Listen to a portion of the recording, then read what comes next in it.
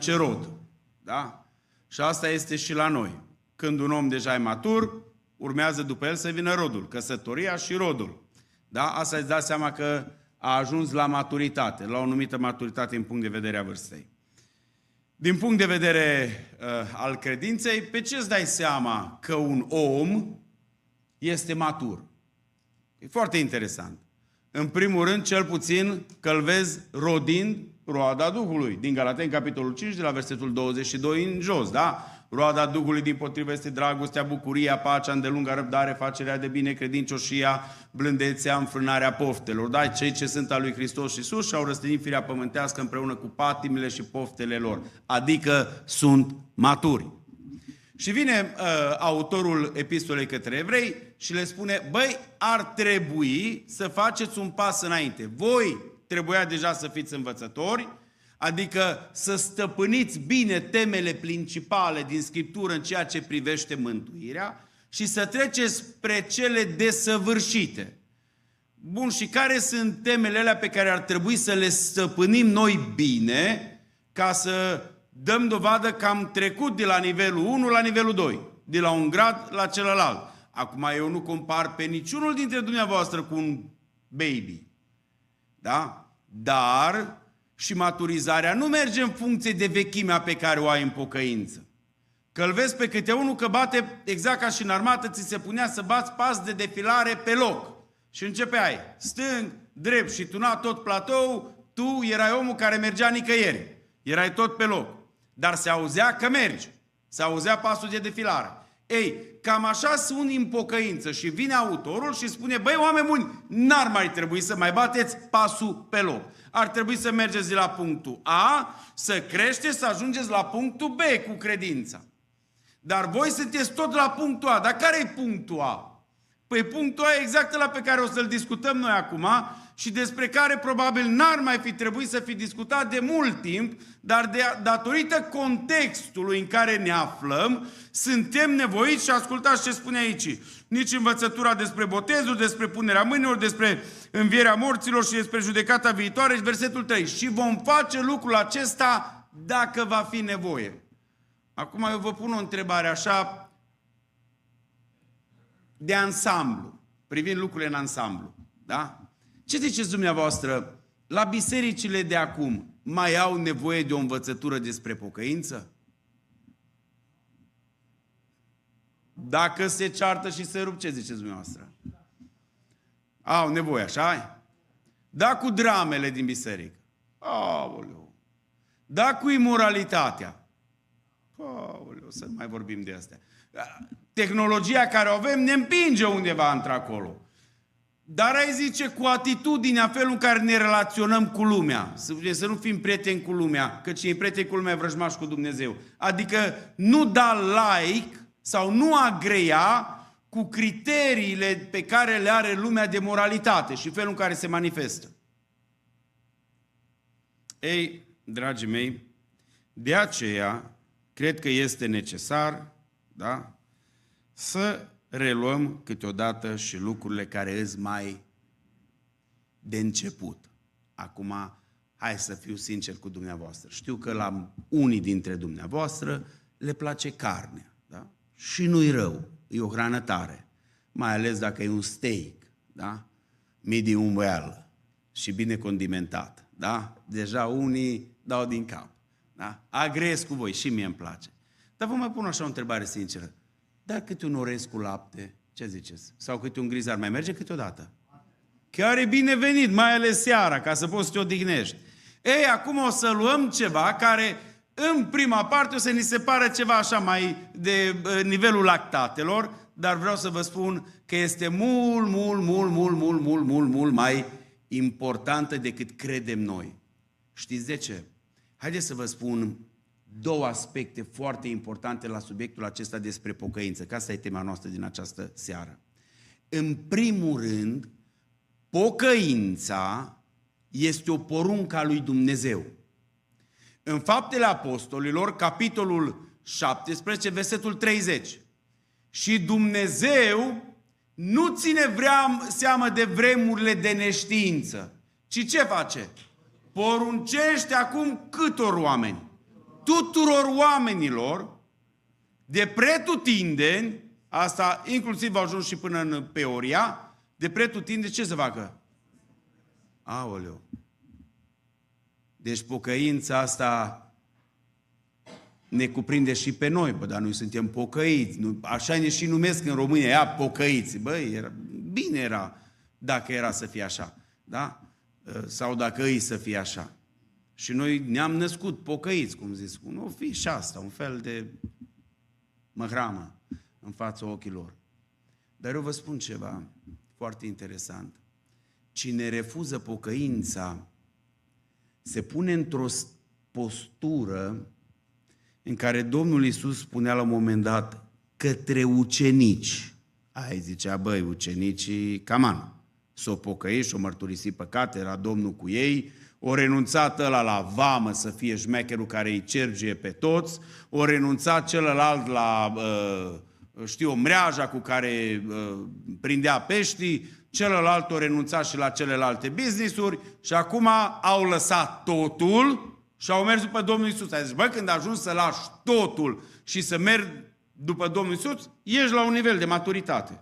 Și la care Domnul Iisus vine și le spune, și la ucenicii lui, zice, dacă nu vă pocăiți, aoleu, toți veți pieri la fel.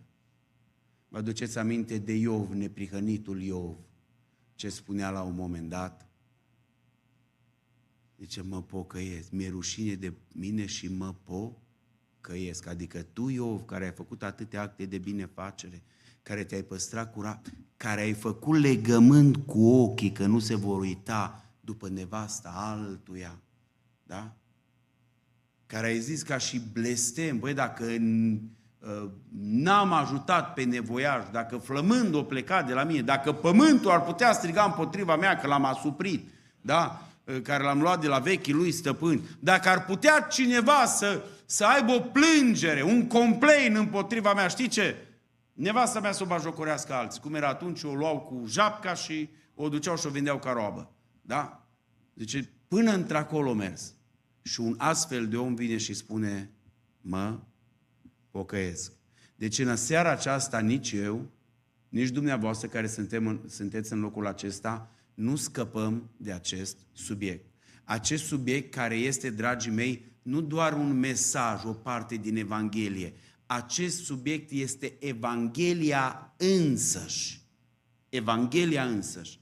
Vine Domnul Iisus și are un mesaj pe care și precedentul lui l-a avut. Ioan Botezătorul. Știți care a fost? Pocăiți-vă căci împărăția celor este... Și le-a spus la ucenici ce să faceți, când mergeți, ce să propovăduiți. Evanghelia, dar în Evanghelia ce consta? În pocăința față de Dumnezeu, cum spunea Pavel mai târziu, pocăința față de Dumnezeu care urmează și ca rezultat iertarea păcatelor. Acum, dragii mei, sunt două haruri pe care ni le-a dat Dumnezeu nouă și aceste două haruri, da, merg mână în mână, credința și pocăința. Astea două merg mână în mână. Nu se poate pocăință fără credință, da? Și nici credință fără pocăință. Că dacă ajungi la credință fără pocăință, ești exact ca și un drac. Zici, Doamne, cum spui în biserică lucruri de astea? Da? Dar eu mai repet încă o dată, ești exact ca la nivelul unui drac. Păi Iacov ce spune la capitolul 2 cu versetul 19? Păi și dracii crezi și ce fac? Se înfioară, dar sunt puncte, da? Dar nu fac voia lui. Deci asta înseamnă o credință fără pocăință. Deci ai ajuns la nivelul unui demon. De acolo ar mai trebui să crești un pic. Ca să uniți cu credința voastră, spunea Sfântul Apostol Petru, la capitolul 1 din 1 Petru, începând cu versetul 5 în jos, la 2 Petru, capitolul 1 de la 5 în jos, să uniți cu credința voastră fapta cunoștința, cu cunoștința înfrânarea, cu înfrânarea răbdarea, cu răbdarea evlavia, cu evlavia dragostea de frați și cu dragostea de frați iubirea de oameni. Căci dacă aveți din belșug aceste lucruri în voi, nu vă vor lăsa să fiți cum? nici leneș, nici neroditor. Toate acele 7 trepte pe care vi le-am spus se cheamă o pocăință care duce la o creștere spirituală. Dar cine nu are aceste lucruri, spune versetul următor, este orb, blind, umblă cu ochii închiși și a uitat că a fost curățit de vechile lui păcate. Asta ce înseamnă? Că în momentul în care nu crești, în momentul în care nu perseverezi, ajungi la un moment dat să-ți pierzi vederea din punct de vedere spiritual și să nu-ți dai seama că de fapt tu ești lost, ești cam pierdut. Și atunci îmi pun întrebarea, dacă Dumnezeu mi-a lăsat aceste 2 haruri care se cheamă credința și pocăința, da? Oare cum ar trebui lucrurile astea să se manifeste, dragii mei? Haideți să vedem câteva lucruri foarte interesante. Căci pocăința și înaintașii noștri au spus foarte bine lucrul acesta, este prima treaptă din viața de credință. Asta e prima treaptă care trebuie să o urci pe muntele acesta lui Dumnezeu, dacă pot să spun, ca să ajungi în prezența Lui. E prima treaptă.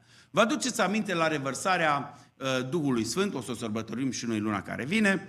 La un moment dat, Petru se ridică și propovăduiește Evanghelia. Și cum propovăduiește Evanghelia, erau oameni cucernici, da? Adică oameni spirituali, ai putea spune, oameni religioși, ca și cum însă acum unii care merg la, hai să zicem să vă dau câteva exemple, merg să se închine la moștele Sfinte Paraschiva. Păi sunt oameni religioși, nu pot să-i condamn. Și unii dintre ei chiar moral. Adică oameni care caută adevărul în felul lor. Așa veneau și ăștia la Ierusalim. Sau, să zicem, oameni care merg pe stadion când se face câte o evangelizare de asta mare. E prietenul și celălalt și se umple stadionul. Băi, sunt oameni care caută undeva viața, caută mântuirea. Sunt oameni religioși, nu înseamnă că și pocăiți. Dar în momentul în care străpungi de cuvântul lui Dumnezeu, știți care e întrebarea pe care și-o pune și care e normală să și-o pună fiecare om când e atins de cuvântul lui Dumnezeu. S-a uitat către Petru și a spus, păi fraților, ce să facem? Suntem aici. Care e primul lucru pe care trebuie să-l fac în viața asta? Și știți care e răspunsul lui? Suntem la Fapte 2 cu 38. Da? Și Petru le-a zis, pocăiți-vă, le-a zis Petru, și fiecare dintre voi, ce să facă? Să fie botezat în numele Domnului Isus. Unul dintre subiectele, de exemplu, o să avem, cred că duminică dimineața, tocmai subiectul acesta despre botezul în apă. Da? Să vedem și cât de mandatoriu este și care sunt efectele lui. Da? Aia rămâne acolo. Prima treaptă, înainte de orice, este pocăința. Dacă vrem să ne apropiem de Dumnezeu, vrem să avem viață veșnică, dacă nu vrem să murim odată cu ceilalți, da? Trebuie pocăință. Și acum o întrebare sinceră. Băi, da, cum e pocăința? Că am văzut în viața asta multe feluri de pocăință. Și am să vă spun, vreo 3 dintre ele, cu pocăința s-au împușcat în picior. Da? Adică, păi, o fost de asta contrafăcută. Suntem online? Suntem online. That's ok. Da? Îți iubiți frații noștri, nu spun de unde, că aduc marfă din Turcia în România și ți-o vinde. Și cu $100, vă dau și pontul, îți iei un costum de Armani. Băi, dar scrie pe el Armani. Așa arată ca și Armani. Și eram odată, nu vă dau nume, că deja dacă vă dau nume și faceți conexii, eram într-un turneu. Și unul dintre noi care eram acolo, ca și mine de altfel, când am fost mai bun ca și am zis, bă, come on, să ai un Armani pe tine și un Hugo Boss, doesn't look bad. Good croi, tot ce ai vrut. Atâta doar că erau din Turcia. Și când ți-l luai de acolo cu $100, era ok, până te încordai prima dată. Când te-ai încordat prima dată, tot se deșira din el. Da? Asta înseamnă contrafăcut, adică arată cam la fel, dar nu îi originalul. Nu-i nici calitatea, nu-i nici durabilitatea, da? Și în final ai dat banii și te-ai trudit pe degeaba. Ai luat o frumoasă țeapă de $100. Da, pentru, zic eu, o poză care să o pui pe Instagram sau pe Facebook și să te lauzi cu ea, merge. Cum nu le-am cu Instagram-ul și cu Facebook-ul, am scăpat. Bun. Dar să vorbim despre 3 aspecte a unei pocăințe de asta contrafăcută. Da? Sunt unii oameni care se pocăiesc de frică. Băi, de frică. Bă, să nu meargă în iad. Da? Bagă câte unul frica în el și-l apucă frica și-l apucă groaza. Și în momentul ăla, omul lui Dumnezeu are un cuvânt pentru ei. Vă aduceți aminte de Matei, capitolul 3, cu versetul 7? Când i-a văzut pe mulți dintre cărturari și farisei, da? Că vin să primească botezul lui Ioan, le-a zis: pui de năpârci, cine v-a învățat să fugiți de mânia viitoare? Întrebare: dai rău să fugi de iad? Nu-i rău să fugi de iad, dar tu, printr-o astfel de pocăință, alegi să fugi către Dumnezeu cu spatele. Da? Adică, cum ar trebui eu să ajung acolo undeva, da? Și mă iau la fugă, dar nu mă iau la fugă normal, ci mă uit: bă, acolo iadul, acolo iadul, acolo iadul, acolo iadul. Păi ce se întâmplă cu mine? Mai devreme sau mai târziu, cad. Dacă e vorba în viață să știi să te ferești de unele lucruri, nu poți, cazi. Niciodată n-ai să ajungi în prezența lui Dumnezeu cu frică. Știți de ce? Fiindcă în dragostea de Dumnezeu nu este frică. Dragostea biruie frica. În vechime, da, oamenii să nu facem asta, că ne pedepsește Dumnezeu, să nu facem asta. N-au înțeles că de fapt Dumnezeu vrea de la ei și nu odată și o să ajungem imediat acolo. Zice: tăiați-vă inima împrejur, nu trupul. Că pocăința trebuie să vină de altă natură. Ăștia sunt oamenii care îți de frică. Mai sunt unii și am văzut și de ăștia. Mă, nu-i rău, dar nu-i nici bun. Sunt oamenii care iau hotărârea și au spus: eu nu mai păcătuiesc. Gata, nu mai păcătuiesc. Și îl vezi că se lasă omul de țigări. Cazul meu. M-am lăsat de țigări înainte să mă pocăiesc. Am văzut că nu-s bune, că nu fac bine, gata, nu-mi trebuie. Altul se lasă de băutură, altul se lasă de alte lucruri. Dar pocăința asta nu ține, dragii mei, că n-a ținut nici în Vechiul Testament. Pentru ăștia lucrează doar faptele. Și în momentul în care un om zice: bă, gata, mă las de păcat, nu mai, parcă prin puterea lui s-ar duce înainte, dragii mei, e una contrafăcută. Că pocăința prima dată nu-i față de păcat. Pocăința prima dată este față de Dumnezeu. Pocăința înseamnă metanoia, schimbarea minții, atitudinea noastră față de Dumnezeu. Până acum ne socoteam, îl înjuram, nu ne interesa, îl blamam, sau cum fac o grămadă de români care înjură de te doare capul. Nu. Pocăința este atitudinea, schimbarea atitudinii față de Dumnezeu. Și când știi că păcatul este un afront adus lui Dumnezeu, că este o jignire, că îți calci autoritatea cea mai înaltă care există în lumea aceasta, în momentul ăla, dragul meu, când ajungi să te gândești, haideți să vă dau cel mai ilustru exemplu din Sfânta Scriptură, da? Din Luca, capitolul 15. Și a venit în fire fiul risipitor și știți ce spune? Tată, mă voi duce și îi voi spune: tată, am păcătuit unde? Împotriva cu ce a început? Cu cerul și împotriva ta. Prima dată am păcătuit împotriva cerului. Și oamenii ăștia care, dau un exemplu, au pocăința asta, gata, băi, ăștia se laudă. Băi, eu am fost un bagabond, băi. Da? Mi-aduc aminte, eram în România și unul lucrase prin armată, nu în România, în Canada. Și unul lucrase prin armată, nu dau prea multe detalii, Și la un moment dat, când mă cheamă să merg la el, nu știu dacă și Dan a fost cu mine, nu cred că era atunci încă venit în Canada. Și mă duc cu încă doi băieți care eram, mergem pe la el, ne cheamă la masă, omul stătea bine de acasă. Păi cât am stat la masă, asta era prin 2002-2003, cât am stat la el la masă, nu mi-a vorbit de nimic altceva. Bă, păi când am fost eu în lume, bă, păi să fi văzut tu ce chefuri făceam, să fi văzut tu ce nu știu ce, băi, acum nu, gata, m-am pocăit, da, să fi văzut. Dragul meu, cu ăstea nu ajungi nicăieri. Cu ăstea nu ajungi nicăieri. Asta e pocăință contrafăcută. O să vedem imediat cum pornește pocăința și care e adevărata pocăință.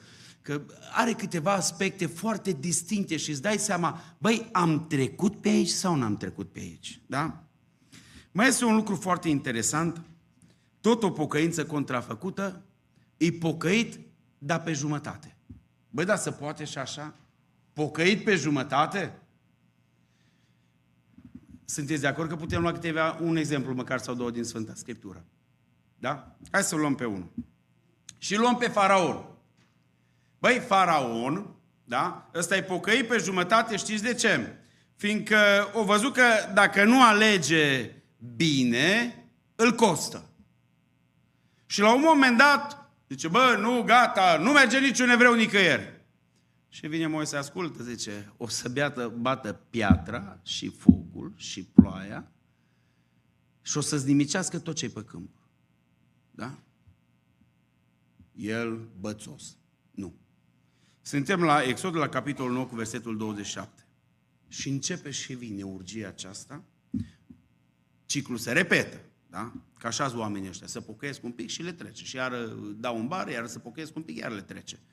Și spune așa, Faraon a trimis să cheme pe Moise și pe Aron și le-a zis, de data aceasta am păcătuit, Domnul are dreptate. Ăștia știi care sunt pocăiții? Nu se pocăiesc de fapte până îi prinde cineva. Și nu-i problema că o păcătuit, problema e că l-ai prins că o păcătuit. Mai înțeles? Deci nu le pare rău. Băi, dacă insist acum între asta, Dumnezeu nimicește. Știi ce? Îmi pare rău. Am păcătuit, Dumnezeu are dreptate. Ăștia sunt oameni care se pocăiesc pe jumătate. Ăștia n-ajung, dragii mei, în împărăția lui Dumnezeu. Da? Și ascultați mai departe, versetul 34. Și încetează toate, iar eu și poporul meu suntem vinovați. Faraon, când a văzut că ploaia, piatra și tunele încetaseră, n-a contenit să păcătuiască și și-a împietrit inima. Păi s-a pocăit omul ăsta. S-a pocăit. I-o ținut? Nu i-o ținut. O mai venit încă orgie și s-a pocăit și de data aia. Și de data aia. I-o ținut? Nu i-o ținut. Oameni buni, pocăința nu-i ciclică, nu-i ca roata de la bicicletă, odată sus, odată jos, te tot în vârf și... Nu, când ajungi, mergi deja în cerc, nu-i mai bun. Pocăința e de la punctul A și mergi la punctul B. Hai să vă dau un alt exemplu. Nici ăsta nu s-o pocăit de tot. Da? Și o să mai revenim noi asupra lor. La un moment dat, mare trezire în Ierusalim. Băi, să pocăiesc 3.000 de oameni. Să mai pocăiesc încă 5.000. Băi, să nu treacă anul și de la 120 de oameni să ajungi la 5.000, nu-i mai sub numeri cu zecile, nici cu sutele, îi numeri cu miile. Caman, ăsta e succes, corect? Și ce zici, băi, 12 apostoli, toți 12, the best of the best, toți cu lucrarea Duhului Sfânt, toți propovăduiesc, minuni, câte duce trenul, da? Și prin apostol, și prin Ștefan se fac minuni. E extraordinar. Și la un moment dat, în capitolul 5, găsim pe unul. Cu nevasta lui, bă, s-a pocăit. Dar ascultați-mă, a fost mult mai pocăit decât mult pocăiți. Păi să iei să-ți vinzi tu din proprietățile tale și să donezi bisericii pentru nevoile ei, eu zic că e un act de pocăință. Sunteți de acord cu mine? E un act de pocăință. Păi, stai un pic, că renunți, că ai putea să mergi cu ei în Cancun. Da? Nu știau dacă aveau ei flight-uri până atunci, sau all inclusive și ce aveau, dar puteau să meargă. Dacă nu până în Cancun, măcar până la Marea Moartă să iasă reumatismul din picioare, sau dacă nu până în Egipt, să viziteze piramidele. Da? Să se gândească cine le-a făcut și când și cum. Ok? Și renunță la toate astea, pocăit, ascultă Evanghelia. Și merge și le pune la picioarele apostolilor. Și se uită Petru la el Anania, am o întrebare. Tu ai venit și ai spus că ai pus banii de la moșioara ta. Ăștia sunt toți banii? Da. S-a uitat stânga jos, cum se uită vinovații, da? Așa cum. Da. Băi, de ce ți-o umplu Satana inima ca să minți pe Duhul Sfânt? Și să ascunzi o parte din prețul moșioarei?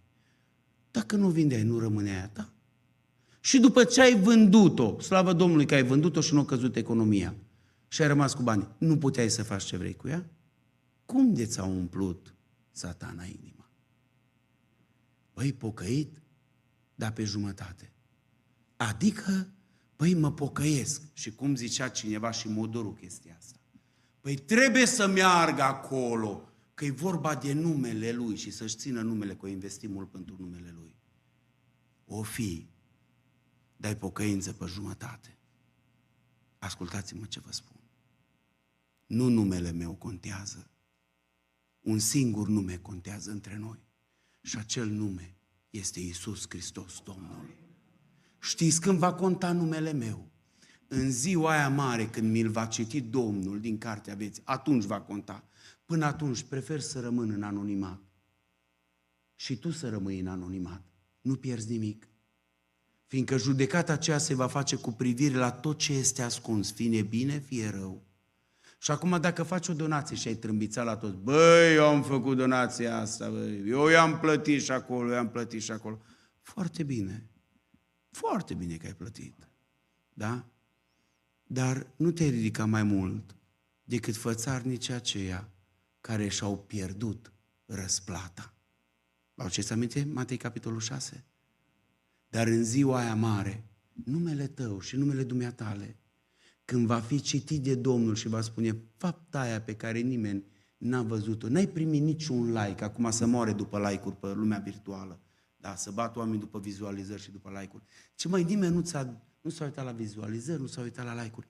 Dar uite-te, fapta aia a făcut ascunsă în fața tuturor oamenilor, de pe toată fața pământului, din toate vremurile de când există omul pe pământ, până în ziua judecății vor fi toți prezenți și miliardele de îngeri.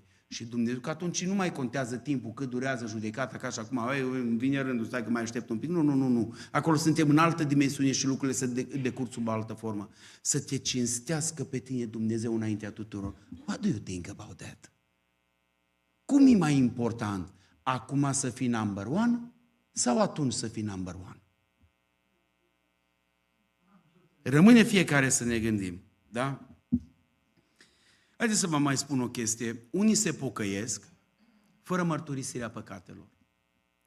Dragii mei, un lucru bun pe care l-au frații noștri ortodoxi, știți care este?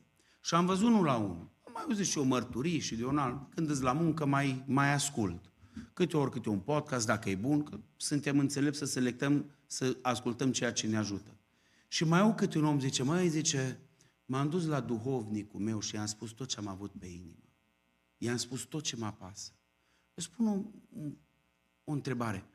Ai și tu un duhovnic? Un om mai în vârstă, o soră mai în vârstă, cu care să poți discuta problemele tale? Sau am ajuns să fim așa de virusați încât, nu mă duc să-i spun la ăla, că dacă îi spun la ăla mă aude tot Fenixul. Și atunci le ținem în noi de multe ori. Ascultați ce spune cuvântul lui Dumnezeu. Nu contează cât de mult știu alții despre păcatele tale. Nu contează. Ascultă-mă ce spun. Când au ieșit oamenii la Ioan Botezătorul, câte credeți că au avut locuri de astea, camere și cămăruți, aici pentru femei, aici pentru frați, aici pentru tineri și stați la coadă câte unul și eu vin de la fiecare, vă pun patrafirul peste voi și voi spuneți ce aveți de spus. Credeți că spune, vineau și își mărturiseau păcatele. Păi o făceau verbal, așa a fost o mișcare a Duhului, încât o zis, nu mai contează, l-am jegmănit pe vecinul. I-am furat fânul, i-am furat grâu, i-am furat măgarul, i-am furat oaia, nu știu ce am mai făcut. Am avut gânduri rele să-l omor. Și le mărturiseau oamenii publici. Știi ce se întâmplă? Te zmerești pe tine și înalți harul lui Dumnezeu care te iartă. Să pocăiau. Nu mai pus problema acolo că, băi, dar vreau să vă citesc un verset din Scriptură. 28:13 din Proverbe. Cine își ascunde fără de legile, nu? Ăsta e cu pocăința, cum v-am spus la început. Bate pasul de defilare pe loc. Bă, da, bate pasul de defilare, dai pe loc. Cu ăsta nu poți să faci nimic. Ăsta nu propășește. Da? Dar cine își mărturisește și se lasă de ea, capătă îndurare. Hai să vedem câteva aspecte, chiar dacă nu le pătrunde pe tot. Dana sorry. Da? Mi-a tras atenția, zice, bă, tu îți pregătești câte un material, că nu e neapărat să-l termin. Important e cât parcurgem din el, să-l parcurgem bine și să înțelegem. Și când iar o să trebuiască să ne dăm și ne dăm seama că suntem la level 1, sau cel puțin ne trebuie niște orezi cu lapte, să zice, băi, hai să mai vorbim de pocăință, că mai este loc de pocăință până terminăm Apocalipsa, cel puțin la 7 biserici, nu știu cât de matură, hai să nu zicem 7 biserici, că e foarte interesant, la îngerul bisericii din Efes și cealaltă, băi, aproape la fiecare vine și îi spune să se... Bă, știți și era îngerul bisericii? Reprezentantul bisericii înaintea lui Dumnezeu. Era păstorul care era acolo, care răspundea că îngerii pe care îi are Dumnezeu pentru noi ăștia nu mai păcătuiesc, nu mai greșesc. Da? Zice, știu faptele tale, nu faptele voastre ca biserică, ci faptele tale, că sunt așa, așa, așa, așa, așa, așa. Știu că ai acolo în biserică pe una care zice că Izabela de la Tiatira și se dă prorociță și învață pe robii mei să se dea la curvie și să umble după lucrurile jertfite idolilor lor. M-ați înțeles? Știu că ai ca alții care țin învățătura lui Balam sau Nicoleiților. Deci, băi, da, îngerul trebuie să se pocăiască. Eu zic că de la păstor și până la ușier sau cei de la stație care mai vorbesc, eu zic că toți ar trebui să ne pocăim. Nici nu o să sesiza că le-am tras atenția. Domnul să-i binecuvinteze. Da, dragii mei, haideți să vedem câteva lucruri. Când începe pocăința, cum începe? Cum arată o pocăință care este viabilă? Măi, o pocăință care să mă ajute. Normal? Ca, sincer să fim, venim aici de atâta timp, ascultăm atâtea mesaje. Măi, vreau să-mi fie de folos. Dacă tot vin până aici, dacă tot nu stau acasă să mă uit la nu știu ce, nu neapărat, la niște news-uri, da? Ce se mai întâmplă, cine o să iasă? O să iasă ăla care e cu LGBT-ul sau o să iasă Simion care e cu biserica? Da? Și atunci stai și te gândești. Și acum o mică paranteză, niciun creștin autentic care trăiește după cuvântul lui Dumnezeu n-are voie să-l susțină pe Nicușor Dan care este de acord cu LGBT-ul. Punct. Ca să le spun lucrurilor pe nume, să nu încurc pe nimeni. Nu zic pe cine să votați, vă spun pe cine să nu votați. Da? Bun. Haideți să vedem primul lucru care e foarte important la pocăință. Da? Este identificarea păcatului. De aici începe pocăința. La identificarea păcatului. Luca, capitolul 15, versetul 17, spune despre fiul risipitor, și-a venit în fire. Adică, o să vedem noi că lipsa de pocăință te cam aseamănă cu animalele. Da, la momentul potrivit, da? Te dezumanizează, ca să folosesc niște termeni mai actuali, te dezumanizează. Și Domnul Iisus i-a și identificat pe câte unul. Zice, bă, e ok, e împărat al lui Israel, dar e o hulbe, cum se spunea pe la noi. Da? E o vulpe. Se uita către alții și zice, bă, voi sunteți frumoși, așa îmbrăcați, cuvincios, cu filacterii lungi, cu versete, dar voi ca și pui de năpârci, adică de vipere. Îți mai rău ca viperele. Vipera te mușcă și îți dă drumul. Puiul de viperă, când te mușcă, își lasă tot veninul. Nu lasă numai un pic, îl lasă tot. Și e mult mai rău când te mușcă un pui de viperă decât o viperă. E mult mai fatal. Și o zic, bă, voi sunteți mai răi ca și vipere, voi sunteți ca niște pui de aia de năpârci. Păi cum mă, da? Suntem cu Scriptura. Citiți Matei, capitolul 23. Da? La alții, Scriptura vine și le spune un lucru foarte interesant. Nu-l spun eu, îl spune Petru, el e de vină. Da? E 2 Petru, capitolul 2, cu versetul 20. Dacă se poate pune foarte bine. Da? Zice, aceștia îs, cum zice zicala? Da? Despre ei. Zice, în 2 Petru 2 cu 20. În adevăr, dacă după ce au scăpat de întinăciunile lumii și se încurcă iară cu așa, starea lor este mai rea decât cea dintâi și versetul 21 vine, cu ei se împlinește zicala care zice, câinele s-a întors cu ce i-a semănat? Cu un dalmațian, da, hai să zicem pitbull, că ăsta e mai rău. Da, cu pichine sigur nu i-a semănat. Da? Deci, bă, voi sunteți ca și unul care se întoarce la ce-o vărsat, ba mai mult, sunteți ca și, bă, acum cum să-i spui? Lady pork, să sună mai bine. Da? Nu, exact așa îi și spui. Băi, ca și scroafa aia, când vede mocirla, s-o întorci la natura veche și se tăvălește în mocirlă. Dan! Așa că te dezumanizează lipsa de pocăință? Unul care vrea să spune că e pocăit și după aia se lasă, e pocăit numai pe jumătate, ajunge mai rău ca și ăla din ăsta. Să uită ăștia la el și o zic, bă, mă doare capul când îl văd pe ăsta. Ne face de rușine și pe noi și în numele Domnului. Asta a spus-o Petru. El e de vină.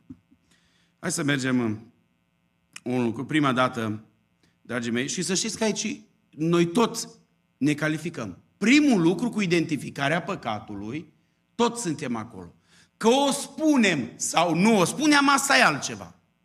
Că vrem să recunoaștem public sau nu, asta e altceva. Dar în conștiința noastră, în lăuntul nostru, mai ales că venim aici și să vorbește despre Dumnezeu și sfințenia Lui și despre iertarea Lui Hristos și cum să trăiești frumos înaintea Domnului, toți știm că atunci când păcătuim, noi de fapt păcătuim împotriva lui Dumnezeu, păcătuim împotriva noastră înșine, păcătuim împotriva semenilor noștri. Toți recunoaștem că răul pe care l-am făcut e un păcat. Că îl spunem sau nu îl spunem, asta e altceva. Dacă îl ținem ascuns, de ce îl ținem ascuns? Că dacă l-am spune public, ne-ar fi rușine de el. Deci recunoaștem că nu-i bun. Da? Dacă îl mărturisim, de ce îl mărturisim? Îl mărturisim fiindcă vrem să scăpăm de el, că știm că nu-i bun. Deci în final, fie că ești de o parte, fie că ești de cealaltă, recunoști că nu-i bun. Corect? Bun. Deci aici toți ne calificăm. Ascultați ce spune psalmistul David. Da? Și el s-a scăpat că ce-o gândit, o și pus pe hârtie. Asta a fost, le-o și pus, dar nu știu cum le-au făcut, că le-au pus deja și pe note, pe acorduri. Da? Și-o scris psalmul 51. Și ascultați ce spune la psalmul 51 cu versetul 3.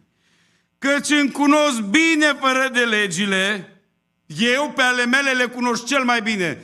Nu mi le cunoașteți dumneavoastră pe ale mele, cum mi le cunosc eu? Sunteți de acord cu mine? Dar nici eu pe dumneavoastră nu vi le cunosc, cum vi le cunoașteți dumneavoastră înșivă. Căci îmi cunosc bine fără de legile mele. Și mai încă o pacoste aici. Deci și păcatul meu stă necurmat înaintea mea. Băi, dacă l-am putea șterge cumva din conștiință, ar mai fi cumva. N-ai cum. N-ai cum. Nu se șterge păcatul decât cu pocăință. Mi-aduc aminte, eram într-o misiune, într-o țară, eram cu Speranța și după terminarea unui program, vine un om bătrân, avea vreo 78 de ani. Era, cred că, un mesaj tot de asta despre să-ți mărturisești păcatul, să nu-l mai ții cu tine. Când o vin să-și plângă amarul, și-o plâns amarul despre lucruri făcute de când era copil. Dar nu e important să spunem ce și cum, nu văd. Adică să porți din copilăria ta, în inima ta și în mintea ta păcate pe care nu le-ai mărturisit și să le duci până la să le duci aproape 70 de ani în spate, să stai înaintea ochilor când vrei să te rogi, să n-ai îndrăzneală, că îți vine în minte păcatul respectiv și nelegiuirea respectivă. E cea mai mare crimă pe care poți să o faci împotriva ta însuți. E cea mai mare crimă, cel mai mare dezavantaj pe care poți să ți-l faci. Imaginează-ți că ești un fotbalist bun, da? Și cunoști toate tehnicile și toate tacticile și vrei să intri pe teren și ești cel mai bun de pe teren. Dar cineva sau tu însuți îți iei o pereche de ochelari care efectiv nu vezi nimic prin ei și ți pui and play. Nici Ronaldinho n-ar fi putut face chestii de alea, să dea gol. Adică nu poți. Și vrem să înaintăm pe calea Domnului și păcatul care ne stă necurmat înaintea noastră, necurmat înseamnă că nu există timp din viața ta în care să nu-l ai în minte și să nu te deranjeze. Deci necurmat stă înaintea mea. Doamne Iisuse, primul lucru e să recunoaștem păcatul. This is my sin. Ăsta e păcatul meu. Da? Bun. Un alt lucru pe care îl greșim de foarte multe ori, sunt vreo 6 numai la ce înseamnă natura pocăinței reale. Dacă le trecem primele două e foarte bine, o să trecem noi peste celelalte cu altă ocazie, dar sunt importante primele două. Îi părerea de rău pentru păcat. Până să ajungem la mărturisire, băi, trebuie să-ți pară rău că l-ai făcut. Trebuie să-ți pară rău că prin atitudinea ta l-ai jignit pe Dumnezeu, prin atitudinea ta ți-ai jignit părintele sau soția sau soțul sau copilul sau vecinul sau pe cine, sau te-ai înjosit pe tine însuți. Da? Vă aduceți aminte de păcatul lui Lot? Pe cine a înjosit păcatul lui Noe când s-a îmbătat? Pe el însuși s-a înjosit, da? S-a îmbătat și s-a dezbrăcat și a dormit așa și l-au văzut copiii. Băi, te doare mintea. Da? Ca asta face păcatul. Nu face de rău. Spune pe fiul risipitor. Ce-a făcut păcatul? Băi, zice, bă, am păcătuit împotriva lui Dumnezeu. E adevărat, i-am călcat porunca să cinstești pe tatăl tău și pe mama ta. Am păcătuit împotriva lui tata, că am zis, nu mai vreau să te văd înainte ochilor mei, numai banii tăi mă interesează, tu nu mă mai interesezi, dăm banii și gata. Dar de el, cum ziceți dumneavoastră? Dacă a ajuns să fie gata să mănânce din lături, cum le spuneam noi, da? Nu știu dacă vă mai aduceți aminte, când eram la țară, făceam fiertură de urză și mai băgam câteva, cearpagic, mai băgam pe acolo niște concentrate și le dădeam la poștă. Și zice, bă, și ele le-aș fi mâncat, dar nu m-au lăsat. Și le-aș fi. Cât de tare te înjosește păcatul? Bun. În primul rând trebuie să-ți pară rău. Hai să vedem câteva versete. Psalmul 38 cu versetul 18. Îmi place enorm de mult versetul ăsta. Zice, îmi mărturisesc fără de legea. Și ascultați ce spune. Mă doare pentru păcatul meu. Câtă durere ai în inimă pentru faptul că ai păcătuit. Aici e problema noastră. Păcătuim, nu ne doare, las că Domnul e bun, Domnul mă iartă. Ascultă-mă, dacă nu-ți pare rău pentru păcat, nu te doare de păcatul tău, nici pe Dumnezeu nu-l doare de tine. Believe me. Nici pe Dumnezeu nu-l doare de tine. Că îl tratezi cu superficialitate pe Dumnezeu, îi tratezi cu superficialitate cuvântul, îți tratezi cu superficialitate propria ta șansă de mântuire. M-ai înțeles? Și spune în felul următor. Zice, mărturisesc fără de legea, mă doare pentru păcatul meu. În Zaharia stă un lucru foarte interesant la 12 cu 10. Ca să vedeți ce înseamnă durerea asta, părerea de rău pentru păcat. Zice, atunci voi tuna peste casa lui David și peste locuitorii Ierusalimului un dur de îndurare și de rugăciune și își vor întoarce privirile spre mine, asta deja înseamnă pocăință, da? Își vor întoarce, schimbarea atitudinii față de Dumnezeu, privirile spre mine pe care l-au străpuns. Adică noi recunoaștem că păcatele și fără de legile noastre l-au ținut pe Hristos pe cruce, da? Nu cu ele te-au ținut pe cruce cântarea pe care o cântam noi de la frații Messengers, da? Ci păcatul meu și păcatul tău. Și își vor întoarce privirile spre cel care l-au străpuns. Și, întrebare mai departe, versetul 10, repet încă o dată, Zaharia 12. Îl vor plânge cum plânge cineva pe singurul lui fiu. Și îl vor plânge a margini, cum plânge cineva pe un întâi născut. Câți dintre dumneavoastră aveți copii? Da? Dar băieți. Da? Dacă v-ar muri primul băiat care vi s-a născut în familie, Doamne ferească Dumnezeu de așa ceva. Dacă ți-ar muri primul băiat, ai plânge? Te-ar durea pentru propriul tău fiu? Ați înțeles până unde trebuie să meargă durerea noastră pentru păcat? Dar de ce? Fiindcă ăla, unicul fiu, cel întâi născut, e adevărat, nu-i fiul meu, dar e fiul lui Dumnezeu. E fiul lui Dumnezeu. Israel, când se va întoarce la Domnul, asta înseamnă pocăință, oameni buni. Nu gata, vin și mă bag în apa botezului și aia e bună, dar la second step. Da? Nu suntem aici la jocuri unde poți să sari peste 3-4 trepte odată și repede ai ajuns sus. Nu se poate. You have to take one by one. Și în cel mai serios mod. Și spune despre Israel și îl vor plânge. Cum plânge cineva pe întâiul născut? Cât plângi tu? Cât de tare te doare pentru păcatul tău? Știți? Ca să mă înțelegeți un pic mai bine, ca și părinți, mă adresez dumneavoastră ca și părinți, când ți-e copilul bolnav sau ți-a fost copilul bolnav, n-ai fi preferat să te doară pe tine și să nu-l doară pe el? Numai să-l vezi că e bine. Mi-aduc aminte de o mamă, i-a murit la un moment dat o fată și s-a uitat către ea, zice, nu tu trebuia să mori, eu trebuia să mor. Era rândul meu, nu rândul tău, de ce ai luat-o înainte? Durerea unei mame care și-a pierdut fiica. Deci vreau să spun că trebuie să fie o durere mai mare decât pentru propria ta viață de aici. Știți de ce? Că o pierzi viața veșnică care e de mult mai mare valoare. Și de aici începe pocăința, cu părerea de rău pentru păcatul pe care, îl recunosc și îmi pare rău. Vreau să vă spun un secret și notați-vi-l. Niciodată n-ai să te pocăiești de păcatul pentru care nu te doare. Niciodată. Pentru păcatul care îți produce doar plăcere și nu te doare sufletul și inima și nu-ți pare rău, nu te vei pocăi niciodată. Ați văzut atitudinea care trebuie să fie față de păcat? O să ajungem și acolo. Haideți să vă citesc un alt cuvânt. Din 2 Corinteni, capitolul 7, versetul 10. Măi, când e vorba că te doare, ești trist, nu ești happy. Da? După ce ai făcut păcatul, nu ești happy. Nu te lauzi cu el. Ascultați ce spune acolo. În adevăr, când întristarea este după voia lui Dumnezeu, aduce o pocăință care duce la mântuire și de care cineva nu se căiește niciodată. Care-i oare căința aceea? Da? Pocăința aceea de care nu mai vrei să te căiești niciodată. Ascultați-mă ce vă spun.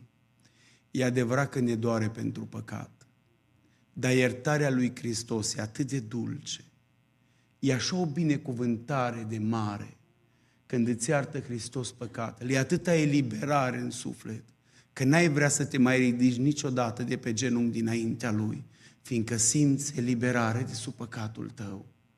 Căința aia, când mergi înaintea lui Dumnezeu cu inimă curată și spui, mă doare pentru păcatul meu, îmi pare rău că l-am făcut, am fost ca un dobitoc înaintea, ca un animal m-am comportat, nu a fost normal să te trădezi și să-ți calci cuvântul. În momentul ăla când vii înaintea lui Dumnezeu, ascultă-mă, niciodată nu să-ți pară rău că te-ai pocăit de păcatul respectiv. Așa spune cuvântul și așa este. Unii zic, că e greu cu pocăință, o să ajungem și noi la scuzele alea pe care le au oamenii. Mai apoi, părerea de rău trebuie să fie nu una așa cu o afișez în afară, trebuie să fie una lăuntrică. Ascultați ce spune Ioel, capitolul 2, versetul 13. Zice, sfâșiați-vă inimile, nu hainele, întoarceți-vă la Domnul Dumnezeul vostru, căci El este milostiv și plin de îndurare, îndelung răbdător, bogat în bunătate și pare rău de relele pe care le trimite. Nu vreau să trec la cealaltă parte, că lipsa de pocăință aduce justiția divină, adică Dumnezeu trimite anumite rele. Sunt așa o categorie de pocăiți, nu păcătuiesc că mă bate Dumnezeu dacă păcătuiesc, m-ați înțeles? Adică asta iară păcătuire de frică. Nu, că n-ar trebui să fie chestii de genul ăsta. Vedeți? Când vine pocăința, vine ca și o atitudine lăuntrică. Zice, sfâșiați-vă inimile. Să sfâși inima. Vedeți? Unele întâmplări care ni se petrec în viața noastră sunt atât de dureroase în inima noastră, încât îți rămân cicatrice pentru totdeauna în inima ta. Da? Ți-a murit un copil, dau un exemplu. Îți rămâne o cicatrice, nimeni nu te mai poate mângâia. Vă aduceți aminte Iacov când i s-a dus vestea că gata, Iosif nu mai există. A început să plângă și a spus, lăsați-mă, nu vrea nicio mângâiere, era cu inima cum? Frântă, sfâșiată. Când trebuia să-l ducă înapoi pe Beniamin în Egipt, o spus, ascultați-mă bine, copiii mei, dacă mi-l duce și pe ăsta, Simeon, nu-l mai văd. Pe Iosif, nu știu ce-o vor cu el, l-o mâncat o fiară. Dacă mi-l lua și pe Beniamin, cu durere mi-ai coborât perii arbi în locuința morților. Și ce înseamnă aia? O să am atâta durere în inima mea, încât nu va fi nimic pe lumea asta să mă poată mângâia. Asta înseamnă pocăință.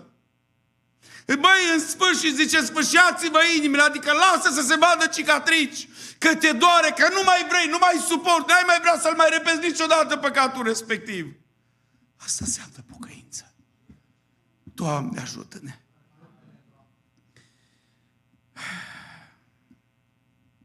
Mai trebuie să fie și sinceră, dragii mei. Știți ce îmi place mie la sinceritate? Mă și opresc aici, măcar că mai sunt câteva lucruri, numai la părerea de rău. Când e vorba despre o pocăință sinceră, când e sincer cu cineva, nu-i mai ascunzi nimic. Da? E sincer. Asta înseamnă și, bine, e sinceră, senza cera, cum spun alții, adică fără șmecherii, fără... Ești chiar curat, spui tot ce ai în inimă. Da? Indiferent cum te judecă unii sau alții. Niciodată când ești sincer, știi cum o să te vor lua cei mai mulți? De fraier. Ascultă-mă bine ce spun, te vor lua de fraier, că e sincer. Bă, ce sincer a fost. Și noi, pocăiți, am luat o grămadă de țepe în viața asta, că am fost sinceri. Da? Bun. Și acum vreau să vă dau un exemplu de o femeie care a fost sinceră. O chema Maria din Magdalena. Și ne-o descrie, dragii mei, la Luca, la capitolul 7, cu versetul 38. Și stătea înapoi, lângă picioarele lui Iisus, și plângea. Apoi a început să le stropească picioarele cu lacrimile ei și să le șteargă cu părul capului ei. Le săruta mult și le ungea cu mir. Toate lucrurile astea pe care vi le-am spus sunt anormale, pe care vi le-am citit. Toate sunt anormale. Nu era normal să fie așa.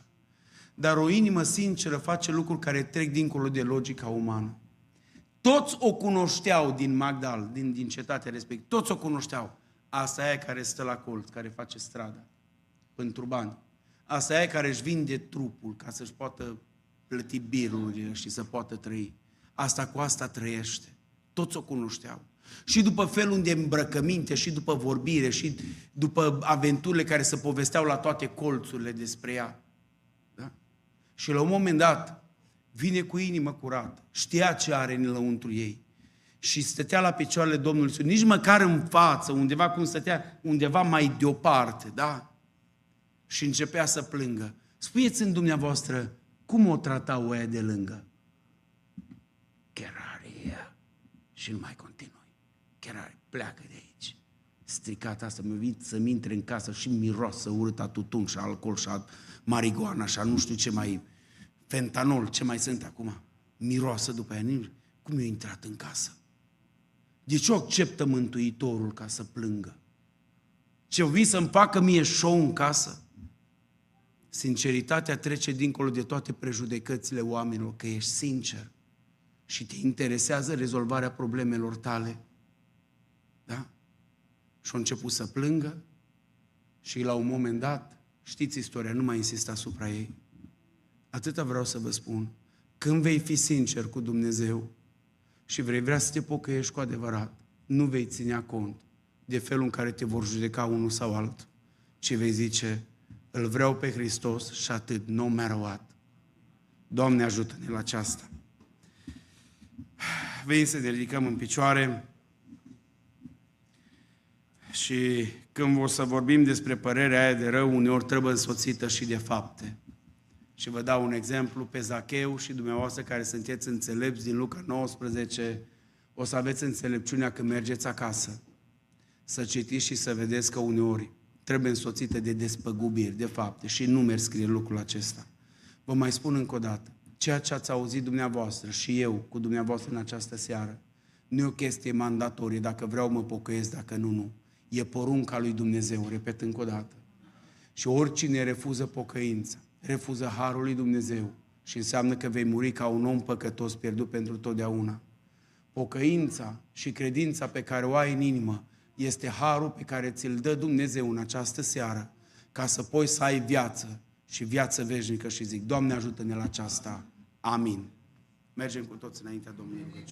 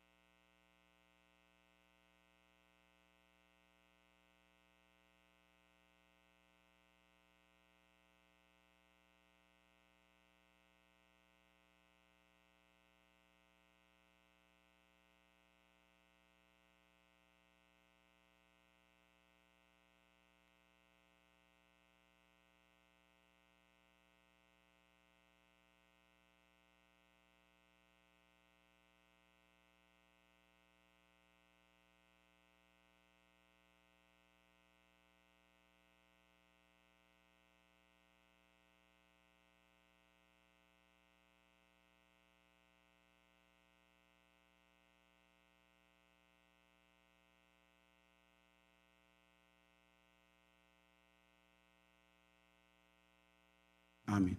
Vă rog, dragii mei, să ocupați locurile. Vreau să vă aduc aminte, ca și unor oameni serioși și iubitori de Dumnezeu, în fiecare dimineață, de luni până vineri, avem rugăciune în locul acesta, de la orele 7 la orele 8. Vă așteptăm să vin să stăm înaintea Domnului. Vineri, cu ajutorul Domnului, vom avea întâlnire cu bordul, dar până atunci, tinerii ne vom întâlni marți, de la 7:30 și miercuri, tot de la 7:30, ne vom întâlni din nou cu toți împreună, să vedem un alt aspect frumos al credinței în Dumnezeu.